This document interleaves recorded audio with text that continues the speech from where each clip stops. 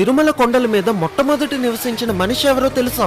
1000 ఏళ్ల క్రితమే స్వామివారికి అభిషేకం చేయడం కోసం 8 కిలోమీటర్ల పాటు నడుచుకుంటూ వెళ్లి పాప వినాశనం నుంచి నీళ్లను తెచ్చేవాడు తిరుమల నంబి. అలా ఒక రోజు నీళ్లను తెస్తున్నప్పుడు ఒక వేటగాడు వచ్చి బాగా దాహం వేస్తుంది, నీళ్లను ఇవ్వమని అడుగుతాడు. కానీ ఇవి స్వామివారి అభిషేకంకి తీసుకువెళ్తున్నాను అని ఇవ్వకుండా వెళ్ళిపోతాడు. దాంతో ఆ వేటగాడు తన వెనకే వెళ్తూ బాణంతో ఆ కుండకి కన్నం పెట్టి దాని నుంచి వచ్చిన నీళ్ళని తాగుతాడు. అయితే గుడి దగ్గరికి వచ్చినప్పటికీ నీళ్లు లేవని చూసుకొని నంబి చాలా బాధపడుతూ ఉంటాడు. దాంతో ఆ వేటగాడు పక్కనే ఉన్న ఒక కొండ మీదకి తన బాణాన్ని వేసి ఒక జలపాతాన్ని తెప్పిస్తాడు. ఇంకా ఇప్పటి నుంచి స్వామివారి అభిషేకానికి కావలసిన నీళ్ళని ఇక్కడి నుంచే తీసుకురా అని చెప్పి మాయమైపోతాడు. ఆ జలపాతమే ఇప్పటికీ ఉన్న ఆకాశగంగా. అయితే వేటగాడు రూపంలో వచ్చింది స్వయంగా వెంకటేశ్వర స్వామి. ఇంకా ఆ నీళ్లు తీసుకువచ్చిన తిరుమల నంబి ఆ గుడి పక్కన ఒక చిన్న ఇల్లుని కట్టుకొని మొట్టమొదటి తిరుమల నివాసి అయ్యాడు. మీకు తిరుమల దర్శనం ఎన్ని గంటలు పట్టిందో కామెంట్ చేసి అందరూ చెప్పండి. గోవిందా.